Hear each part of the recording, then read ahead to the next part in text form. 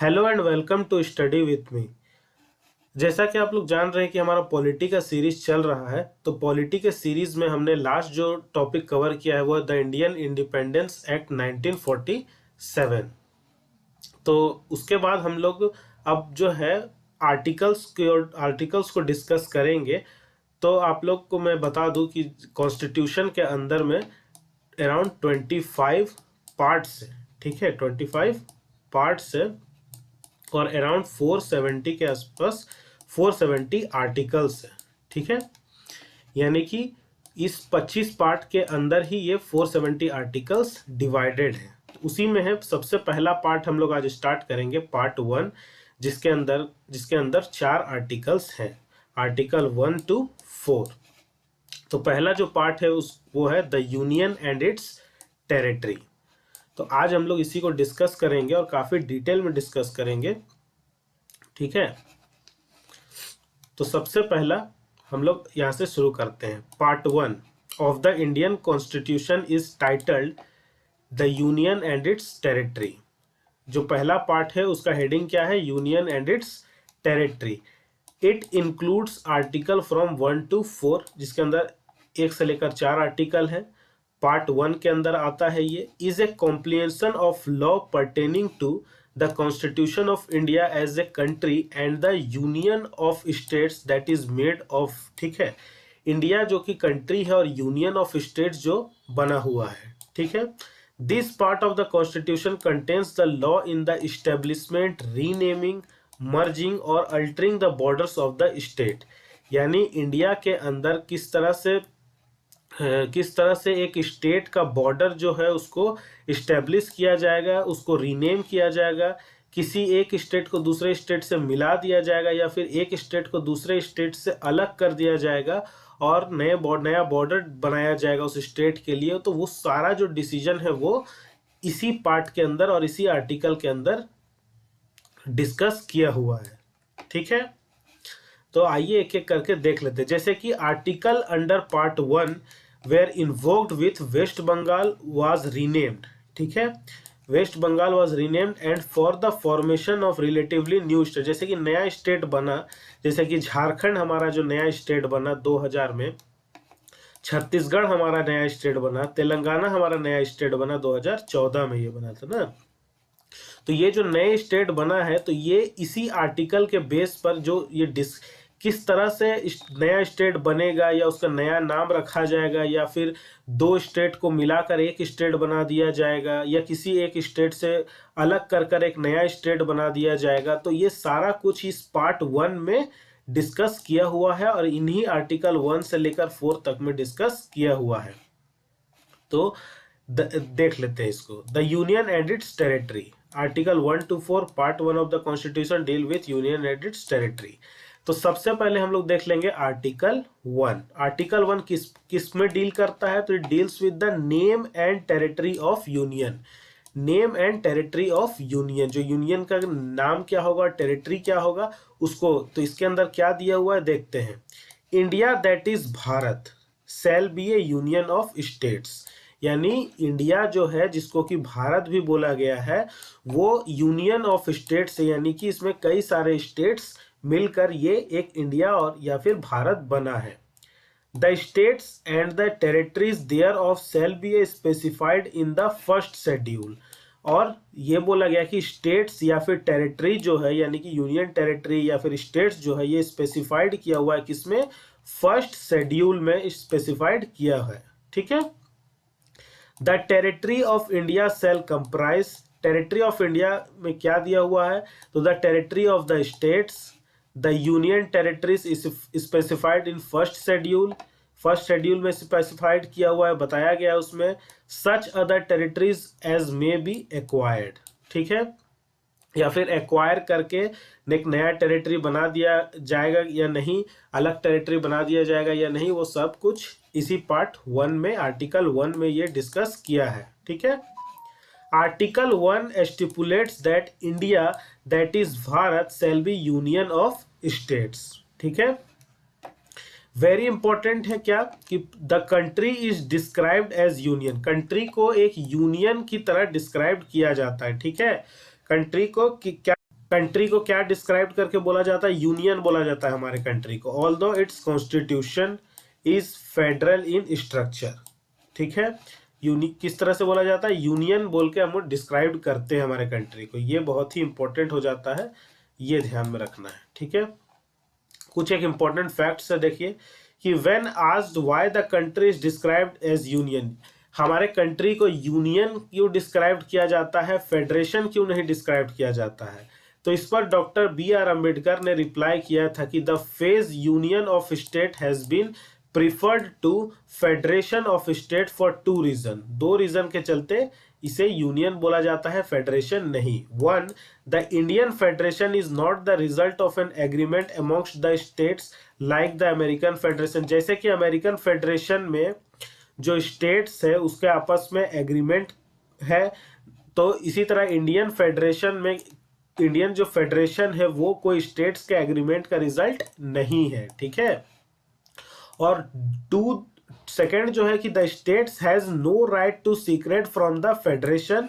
The federation is a union because it is indestructible. ठीक है, और स्टेट्स के पास कोई राइट नहीं है कि वो सीक्रेट अलग हो जाएगा फेडरेशन से, कोई सेपरेट राइट नहीं है कि स्टेट जब चाहेगा कि वो हम इंडिया से अलग हो जाए, अपना कोई एक अलग देश बना ले, ऐसा वो नहीं कर सकता है। सब एक दूसरे के जो मेन पावर है वो सेंटर के पास है, इसीलिए उसको फेडरेशन ना बोलकर हम लोग यूनियन बोलते हैं, ऐसा बी आर अम्बेडकर ने रिप्लाई किया था। ठीक है, the country is an integral whole and divided into two different divided into different states only for the convenience of administration. एक कंट्री जो है वो इंटीग्रल होल है, ठीक है, वो एक ही है, वो उसे स्टेट्स के रूप में डिवाइड इसलिए किया गया है ताकि उसको एडमिनिस्टर करना या फिर उसको चलाना इजी हो सके, लेकिन एटलीस्ट जो मेन पावर है वो सेंटर के पास है, यानी कि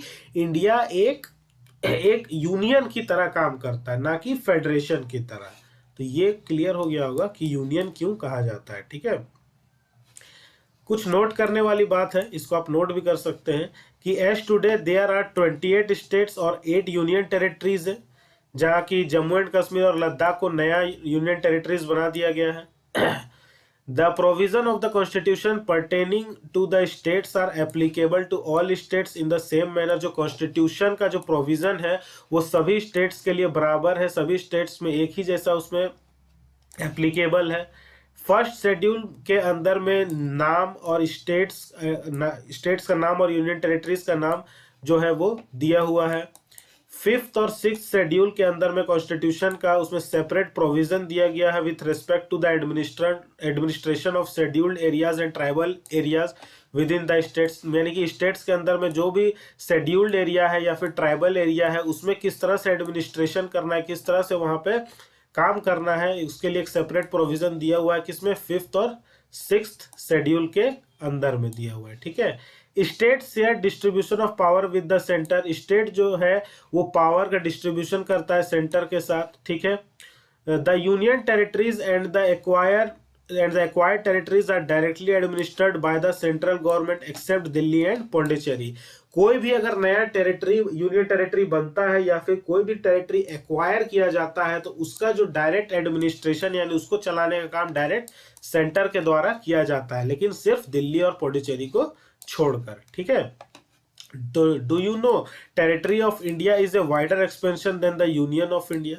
टेरिटरी ऑफ इंडिया एक वाइडर टर्म है यूनियन ऑफ इंडिया से। ठीक है, क्यों है, because the latter includes only states while the former includes only the states but also union territories and territories that may be acquired by the government of India at any future time, यानी future में कभी भी मान लो ऐसा हो जाए कि India जैसे देखिए मैप है, मान लीजिए ये इंडिया का, suppose this is map of India.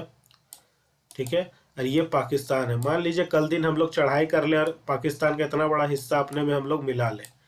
ठीक है, इतना बड़ा हिस्सा हम लोग पाकिस्तान का अपने अंदर में हम लोग अगर मिला लेते हैं, सपोज कर लीजिए कि ऐसा कुछ हुआ कि हम लोग इतना बड़ा हिस्सा अब इंडिया में वापस मिला लिए, तो वो जो है एक्वायर जो किया जाएगा उस टेरिटरी को, तो उसका जो डायरेक्टली जो उसका एडमिनिस्टर्ड होगा या जो भी वहाँ पे होगा वो डायरेक्टली सेंट्रल गवर्नमेंट के द्वारा ही वहाँ पे एडमिनिस्ट्रेशन और उसको हैंडल किया जाएगा। ठीक है, ये बोला जा रहा है यहाँ पे।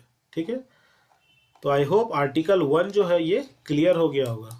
ठीक है, आर्टिकल 1 क्लियर हो गया ये। अब हम लोग आर्टिकल 2 की ओर बढ़ते हैं। ठीक है, आर्टिकल 2 में क्या है, तो article 2 grants 2 power to the parliament. Article 2 जो है वो 2 पावर ग्रांट करता है पार्लियामेंट को, कि the power to admit into the union of India new states, यानी कि ये पावर देता है पार्लियामेंट को कि वो यूनियन ऑफ इंडिया में नया स्टेट्स को एडमिट करे। ठीक है, कोई नया स्टेट्स अगर हमें बनाना है, चाहे वो बगल के कोई पड़ोसी देश के क्षेत्र को एक्वायर करके बनाना हो, या फिर कोई जो पुराना स्टेट्स है उसमें से कुछ पार्ट को अलग कर नया स्टेट्स बनाना हो, तो ये पावर जो है वो पार्लियामेंट को प्रोवाइड करता है आर्टिकल 2 कि वो नया स्टेट्स को एडमिट करे, ये पावर है। ठीक है, और सेकंड है कि the power to establish new states, और नया स्टेट बनाने का भी पावर ग्रांट करता है पार्लियामेंट को आर्टिकल 2। कुछ नोट करने वाली बात यह है कि the first refer to the admission of states which are already in existence, while the second refer to the establishment of state which are not in existence before।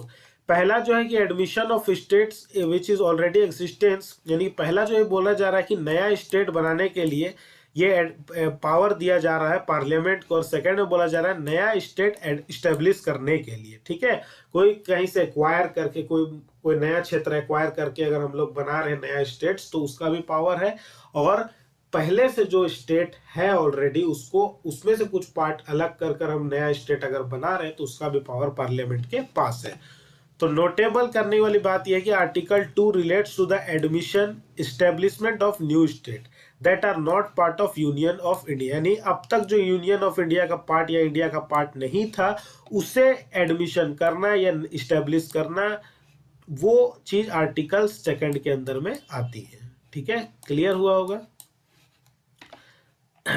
इसलिए इसमें लिखा हुआ है कि आर्टिकल 2 एडमिशन और एस्टेब्लिशमेंट ऑफ न्यू स्टेट्स। ठीक है, parliament में by law admit into the union और establish new states on such terms and conditions and it thinks fit.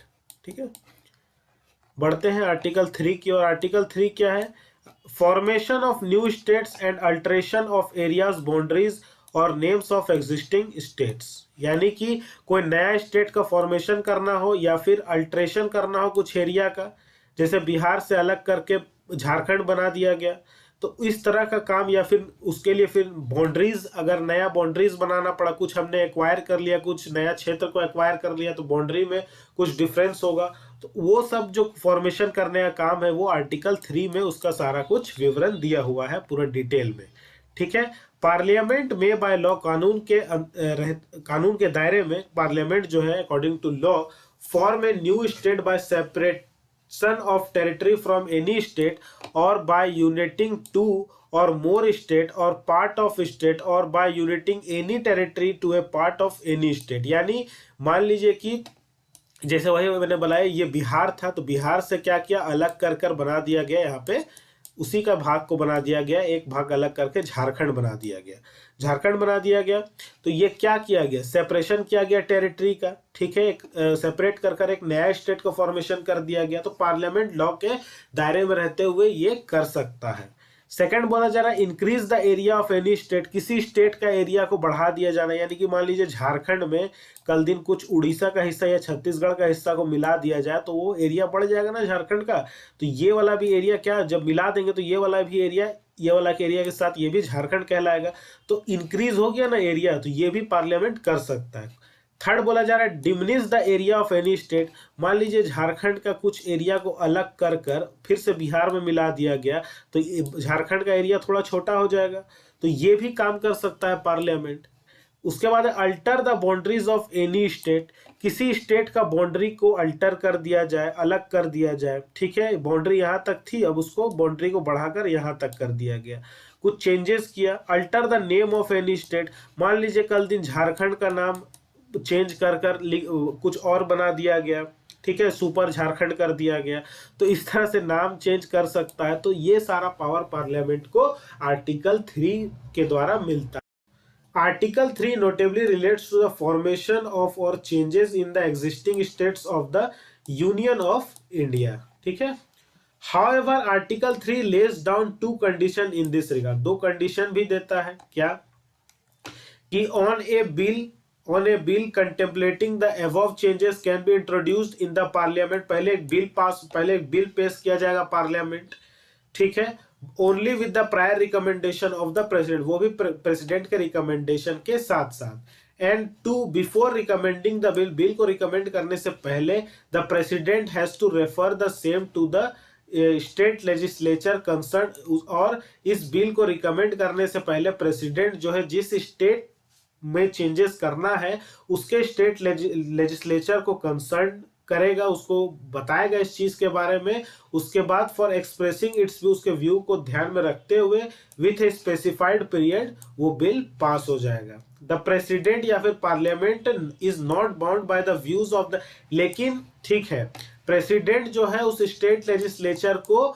ये बताएगा कि ये चीज हम लोग चेंज करना चाह रहे हैं, ये नाम चेंज करना चाह रहे हैं स्टेट का, उसका बाउंड्रीज चेंज करना चाह रहे हैं, या फिर कुछ अल्टरेशन करना चाह रहे हैं, या फिर डिमिनिशिंग करना चाह रहे हैं कुछ एरिया को, ये कर सकता है पार्लियामेंट, इसके बारे में बताएगा स्टेट लेजिस्लेचर को। लेकिन at the end of the day अगर स्टेट लेजिस्लेचर उस बिल को रिजेक्ट भी कर देता है या फिर एक्सेप्ट भी कर लेता है, लेकिन प्रेसिडेंट का उस स्टेट लेजिस्लेचर पर कोई बाउंड नहीं होगा। अगर स्टेट लेजिस्लेचर मान लीजिए रिजेक्ट ही कर देता है कि नहीं ऐसा नहीं होना चाहिए, लेकिन उसके बावजूद प्रेसिडेंट या फिर पार्लियामेंट को उस बिल को पास करना है, तो वो बिल पास हो जाएगा। यानी स्टेट लेजिस्लेचर को बताना सिर्फ एक फॉर्मेलिटी मात्र ही है, ठीक है।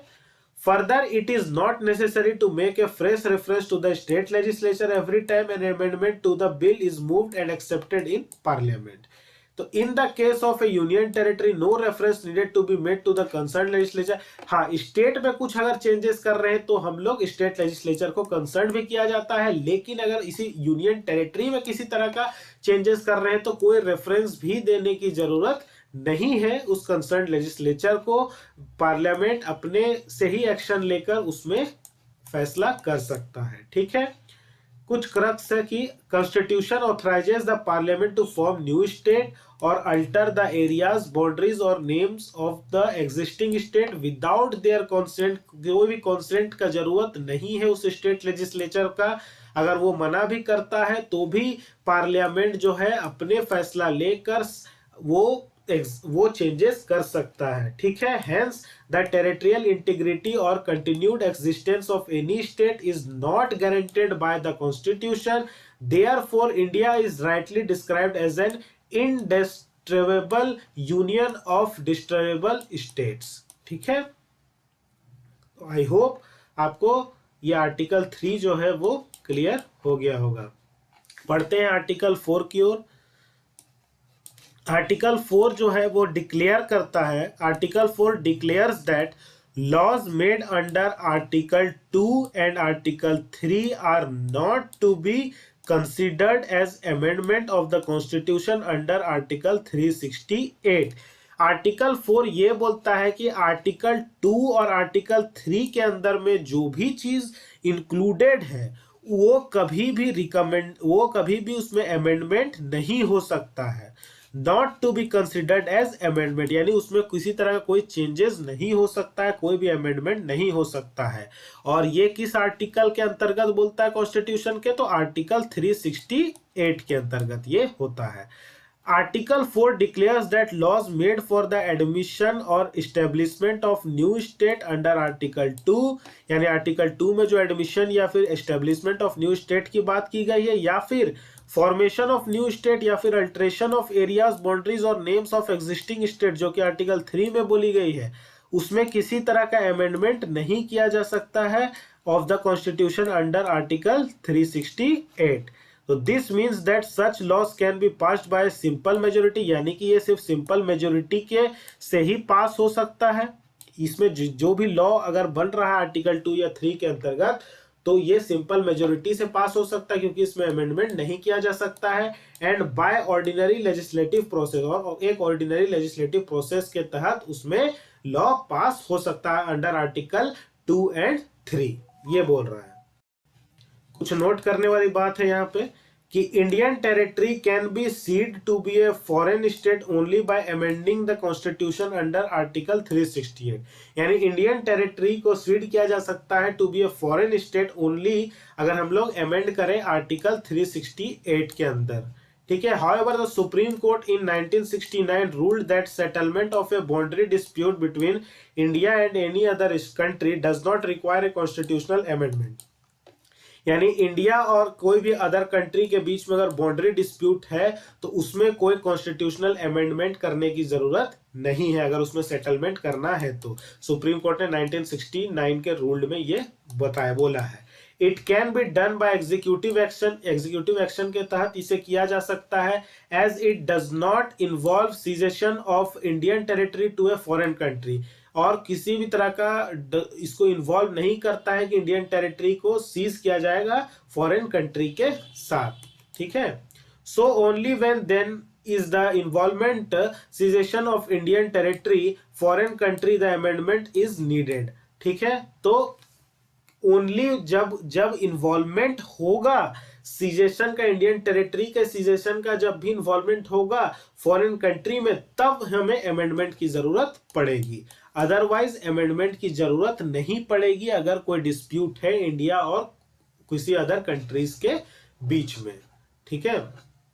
तो आर्टिकल 4 यहाँ पे एंड होता है, लेकिन मैं कुछ बैकग्राउंड भी डिस्कशन करना चाहूंगा आपसे, इवोल्यूशन किस तरह से हुआ स्टेट्स का और यूनियन टेरिटरीज का, ताकि आपको पार्ट 1 जो है वो 100% बैकग्राउंड के साथ क्लियर हो सके। ये कुछ एक्स्ट्रा फैक्ट्स है जो कि जनरली डिस्कस नहीं किए जाते किसी वीडियो में, ठीक है, लेकिन मैं यहाँ पे डिस्कस करूंगा। देखिए, इंटीग्रेशन ऑफ प्रिंसली स्टेट, यानी कि देखिए जब इंडिया आजाद हो, यानी मैंने ये वीडियो भी कवर किया है इंडियन इंडिपेंडेंस एक्ट 1947, इसमें मैंने बताया कि इंडिया किस तरह से उसको इंडिपेंडेंस मिला और प्रिंसली स्टेट्स के पास क्या क्या ऑप्शंस थी। तो प्रिंसली स्टेट्स के पास देखिए क्या ऑप्शन थी कि उनके पास 3 ऑप्शन था, या तो वो इंडिया के साथ ज्वाइन कर जाए, या फिर वो पाकिस्तान के साथ ज्वाइन कर जाए, या फिर वो इंडिपेंडेंट रहे, रिमेन। तो ऑफ देयर 552 प्रिंसली स्टेट थे जो कि सिचुएटेड थे with in the geographical boundaries of India, India के ज्योग्राफिकल बाउंड्रीज के अंदर वो सिचुएटेड थे। 549 ने तो इंडिया के साथ ज्वाइन कर लिया, 549 में ने इंडिया के साथ ज्वाइन कर लिया, लेकिन 3 ने, यानी 3 कौन कौन, रिमेनिंग 3 यानी हैदराबाद, जूनागढ़ और कश्मीर ने ज्वाइन नहीं किया, उन्होंने रिफ्यूज कर दिया इंडिया से ज्वाइन करने के लिए। तो इसे कुछ समय के बाद ज्वाइन कराया गया कुछ तरीके से, जैसे हैदराबाद को ज्वाइन कराया गया पुलिस एक्शन के साथ, ठीक है, वहां पे पुलिस एक्शन के साथ उसे ज्वाइन कराया गया। जूनागढ़ को रेफरेंडम के साथ यानी कि वोटिंग कराकर उसे ज्वाइन कराया गया।